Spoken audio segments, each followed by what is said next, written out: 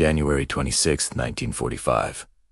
The Colmar Pocket, France. Temperatura 14 degrees Fahrenheit. A company of 250 German soldiers, supported by 6 heavy Tiger tanks, is advancing across a frozen field. Their objective is to crush the shattered remains of a U.S. infantry unit.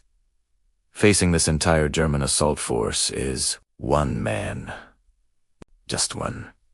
He's standing on top of a burning tank destroyer that is filled with gasoline and ammunition, ready to explode at any second. He is silhouetted against the flames, firing a .50 caliber machine gun directly into the swarm of Nazis.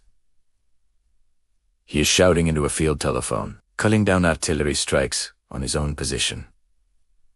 For 1 hour, he holds the line. He turns the snow red. By the time he climbs down from the burning wreckage, he has single-handedly stopped a German offensive. This sounds like a scene from a bad Hollywood movie. It sounds physically impossible, but it is verified by history. This is the story of the most decorated soldier in American history. A man who looked like a child, but killed like a god. This is the strange file of Audie Murphy. To understand the monster on the tank, you have to look at the boy who was rejected by everyone. Born in Texas in 1925, Audie Murphy was the definition of an underdog. He was the son of poor sharecroppers, raised in a shack with no electricity and no running water. His father abandoned the family. His mother died when he was 16. Audie was left to raise his younger siblings alone during the Great Depression. He was small, malnourished, and desperate. He learned to shoot not for sport, but for survival. He hunted rabbits with an old .22 rifle. Eliter sighed. If I didn't hit, we didn't eat. That pressure created a sniper's instinct before he ever saw a battlefield. When Pearl Harbor was attacked, Audie tried to enlist immediately. He went to the Marine Corps recruiter. They looked at this 5'5", 110-pound kid and laughed. Too small, they said. He went to the Paratroopers. You're too underweight, they said. Finally, the army took him, but only out of pity. They wanted to make him a cook or a baker, thinking he would break under the weight of a combat pack. They had no idea that they had just recruited the deadliest weapon of World War II. During basic training, his drill sergeants actually tried to transfer him out of the infantry to protect him. They thought he was too fragile. Audie refused. He wanted to fight. He got his wish in 1943, landing in the invasion of Sicily. This is where the baby-faced boy disappeared, and the killer emerged. In his very first engagement, he encountered 2 Italian officers on white horses. Its surreal moment quickly turned violent. Murphy utilized his rabbit hunting skills. He dropped 2 enemies with precision shots before they could raise their weapons. But it was only the beginning. As his unit pushed through Italy, Murphy contracted malaria.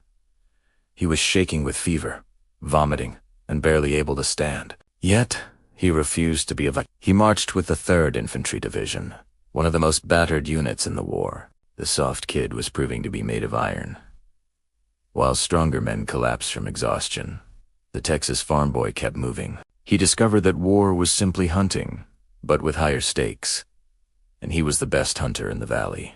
By 1944, the war had changed him. At the Battle of Anzio, a brutal stalemate known as the meat grinder, Murphy's skills were honed to a razor's edge. During a German ambush, his tank crew was disabled.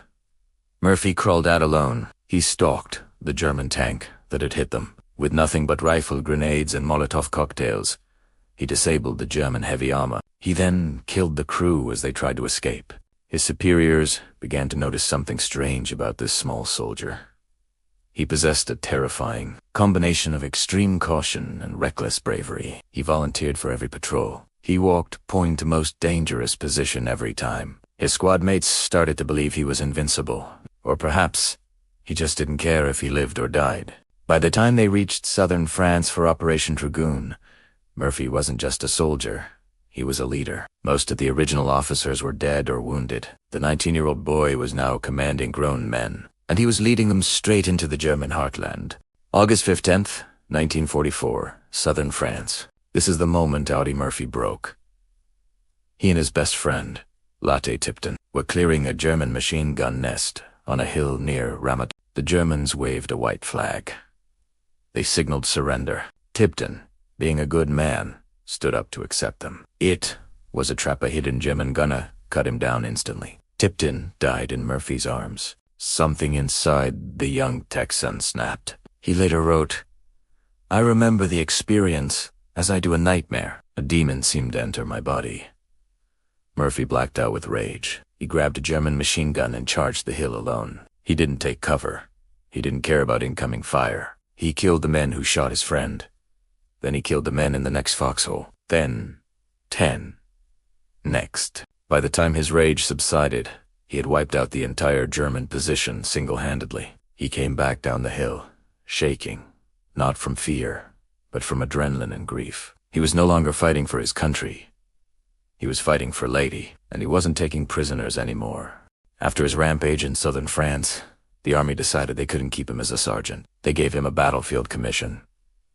Audie Murphy became Second Lieutenant Murphy. He didn't want the rank. He knew that officers had the highest mortality rate. He knew that being an officer meant sending his friends to die. But B Company was running out of leaders. In October, he was shot in the hip by a sniper. It was a serious wound. The doctors told him he was done. They wanted to send him home. Murphy said no. He spent months in the hospital, gangrene setting in, suffering from fever. But as soon as he could walk, he limped back to the front. Why?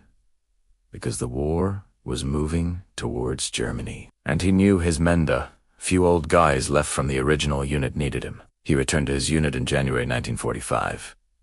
He found them in the Alsace region, near a place called the Colmar Pocket. It was a frozen hellhole, and things were about to get much, much worse. January 1945. The Colmar Pocket was the last German stronghold in France west of the Rhine. It was bitterly cold. The ground was frozen solid, making it impossible to dig deep foxholes. Murphy's unit, Company B, was a skeleton crew. A full rifle company should have 235 men. By late January, thanks to disease, frostbite, and constant shelling, Murphy had 18 men left. 18. And he was the only officer remaining. They were ordered to hold a critical position near the woods of Holzwehr. It was a suicide mission. They had no heavy weapons. Their radios were freezing up. The men were exhausted, their boots soaked through. Murphy looked at his ragtag group of survivors, some of them fresh replacements who had never seen combatant. He knew a major German attack was coming. He ordered them to dig in as best they could. He positioned his meager defenses, and then he waited. The silence of the snow was heavier than the shelling. On the morning of January 26th, help arrived, but it wasn't much. 2 M10 tank destroyers slid into position behind Murphy's lines. The M10 was a fast vehicle, but it had thin armor and an open top. Against the heavy German panzers, it was a glass cannon. The ground was so icy that the M10s couldn't maneuver effectively. They parked awkwardly on the frozen road. Murphy checked his watch. It was 2 p.m. Suddenly, the tree line exploded. Artillery shells slammed into the American positions. The ground shook. Out of the smoke, they appeared 6 Tiger tanks. Behind them, 2 companies of German infantry, dressed in winter white camouflage. It was a wave of steel and lead. Murphy's 80 men were about to be overrun in seconds. The M10s tried to fire, but their tracks slipped on the ice. One was hit instantly by an 88mm shell. Boom. It started to burn. The crew scrambled out. The other M10 tried to retreat and got stuck in a ditch. Murphy was now alone with a burning tank and an approaching army. He made a decision that defied all logic. He ordered his men to retreat into the woods. "Get back," he screamed. "I'll cover you!" Murphy didn't run. Instead, he did the unthinkable. He climbed onto the burning hull of the M10. The vehicle was a death trap. Its fuel tanks were leaking. The ammunition inside was cooking off. It could explode with the force of a massive bomb at any second. But Murphy needed the .50 caliber machine gun mounted on the turret. With flames licking around his boots, he swung the heavy gun towards the advancing Germans. He opened fire. The Germans were confused. They saw a burning wreck. They didn't expect death to come from it. Murphy mowed down the first wave of infantry. He was exposed, silhouetted against the fire and the gray sky. A perfect target. Bullets pinged off the metal around him, but miraculously, Nothing hit him. He wasn't just shooting, he was coordinating. He had a field telephone in one hand and the trigger in the other. He called in artillery strikes on the enemy, adjusting the coordinates closer and closer to his own position. The artillery officer on the other end asked, "How close are they?" Murphy replied, "Just hold the phone, and I'll let you talk to one of the bastards." For an hour, he was a one-man army. He killed or wounded 50 Germans. He stopped the tanks. He turned the tide of the entire battle alone. Only when his ammunition ran dry did Murphy finally retreat. He limped back to the woods, dazed and exhausted. Moments after he jumped off, the M10 exploded, blowing the turret high into the air. If he had stayed 10 seconds longer, he would have been vaporized. Murphy refused medical attention for his leg wound and immediately organized a counterattack with his remaining men. They pushed the Germans back. The line held. For this action, Audie Murphy received the Medal of Honor. He was credited with killing over 240 enemy soldiers during the war. He became a national hero. Life magazine put him on the cover. He was the symbol of American victory. He was handsome, humble, and lethal. Hollywood came calling. James Cagney, the famous actor, invited him to California. The poor farm boy from Texas was suddenly a movie star. He starred in 44 films, mostly westerns. He even starred in the movie based on his own autobiography, To Hell and Back, playing himself. It seemed like the perfect fairy tale ending, but the war wasn't done with him yet. While the world saw a movie star, Audie Murphy was living in hell. He suffered from severe post-traumatic stress disorder, PTSD, or battle fatigue as it was called then. He couldn't sleep.